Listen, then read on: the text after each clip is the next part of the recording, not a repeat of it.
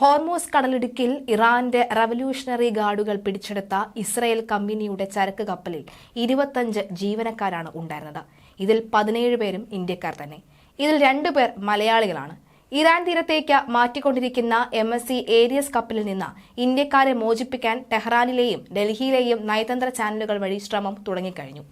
Indian പൗരന്മാരുടെ സുരക്ഷയും ക്ഷേമവും വിടുതലും ഉറപ്പാക്കാനാണ് പ്രധാന ശ്രമം.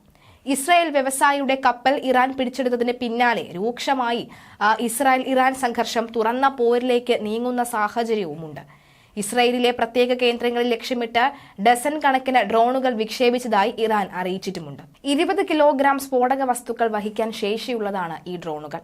ഇന്ത്യൻ സമയം ഇന്നലെ പുലർച്ചെ 2 മണിയോടെ തുടങ്ങിയ ഡ്രോൺ ആക്രമണം ഇസ്രായേലും സ്ഥിരീകരിച്ചിട്ടുണ്ട്. ഇറാൻ തൊടുത്ത 200ഓളം ഡ്രോണുകളും 10 മിസൈലുകളും തകർത്തതായി ഇസ്രായേൽ സൈന്യം അറിയിച്ചു. സംഘർഷം കനത്തതോടുകൂടി ഇസ്രായേലും ജോർദാനും ഇറാഖും വ്യോമമേഖല അടച്ചിട്ടുണ്ട്. ആക്രമണത്തിന്റെ പശ്ചാത്തലത്തിൽ ഇസ്രായേലിലെ വിമാനത്താവളവും അടച്ചു.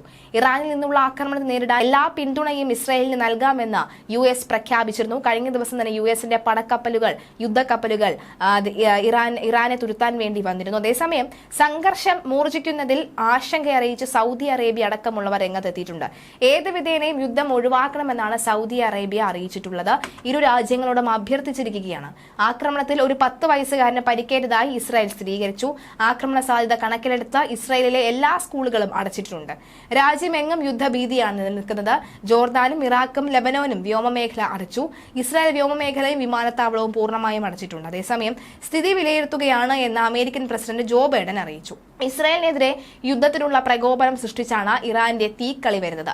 ഇസ്രായേലിലെ സയനിസ്റ്റ് ഭരണകൂടവുമായി ബന്ധമുള്ള ഗൾഫിലെ കണ്ടെയ്നർ കപ്പലാണ് ഇറാന്റെ റവല്യൂഷണറി ഗാർഡുകൾ പിടിച്ചെടുത്തത്. തങ്ങൾ കപ്പൽ പിടിച്ചെടുത്തതായി ഇറാൻ പ്രഖ്യാപിച്ചതിന് പിന്നാലെ മേഖലയിൽ വർദ്ധിച്ചു വരുന്ന സംഘർഷത്തിന്റെ പ്രത്യാഘാതം ഇറാൻ അനുഭവിക്കേണ്ടി വരുമെന്ന് ഇസ്രായേൽ മുന്നറിയിപ്പും നൽകിയിട്ടുണ്ട്. ലോക വാണിജ്യ നീക്കത്തിന് സുപ്രധാനമായ ഹോർമൂസ് കടലിടുക്കിൽ വെച്ചാണ് ഇസ്രായേൽ കമ്പനിയുടെ കപ്പൽ പിടിച്ചെടുത്തത്. UAE-യിൽ നിന്നും മുംബൈ നാവികസേന തുറമുഖത്തേക്ക് വരികയായിരുന്നു MSC ഏരിയസ് കണ്ടെയ്നർ കപ്പലാണ് പിടിച്ചെടുത്തത്. ലണ്ടൻ ആസ്ഥാനമായുള്ള സോഡിയാക് മാരിടൈമുമായി ബന്ധപ്പെട്ട കണ്ടെയ്നർ കപ്പലാണ് MC ഏരിയസ്. ഇസ്രായേലിലെ ശതകോടീശ്വരനായ ഇയാൽ ഓഫറിന്റെ സോഡിയാക് ഗ്രൂപ്പിന്റേതാണ് ഈ കമ്പനി. എമിറാത്തി തുറമുഖ നഗരമായ ഹുജൈറയ്ക്ക് സമീപത്ത് വെച്ചാണ് നാവികസേനയുടെ പ്രത്യേക സംഘം കപ്പൽ പിടിച്ചെടുത്തത്. കപ്പലിന്റെ ഓപ്പറേറ്റർമാരാണ് ഇറ്റാലിയൻ സ്വിസ് ഗ്രൂപ്പായ MSC. കപ്പൽ ഉടമകളായ ഗോൾഡൽ ഷിപ്പിംഗ്, ഇൻക, സോഡിയാക് മാരിടൈമുമായി ചേർന്ന് പ്രവർത്തിക്കുന്നവരുമാണ്.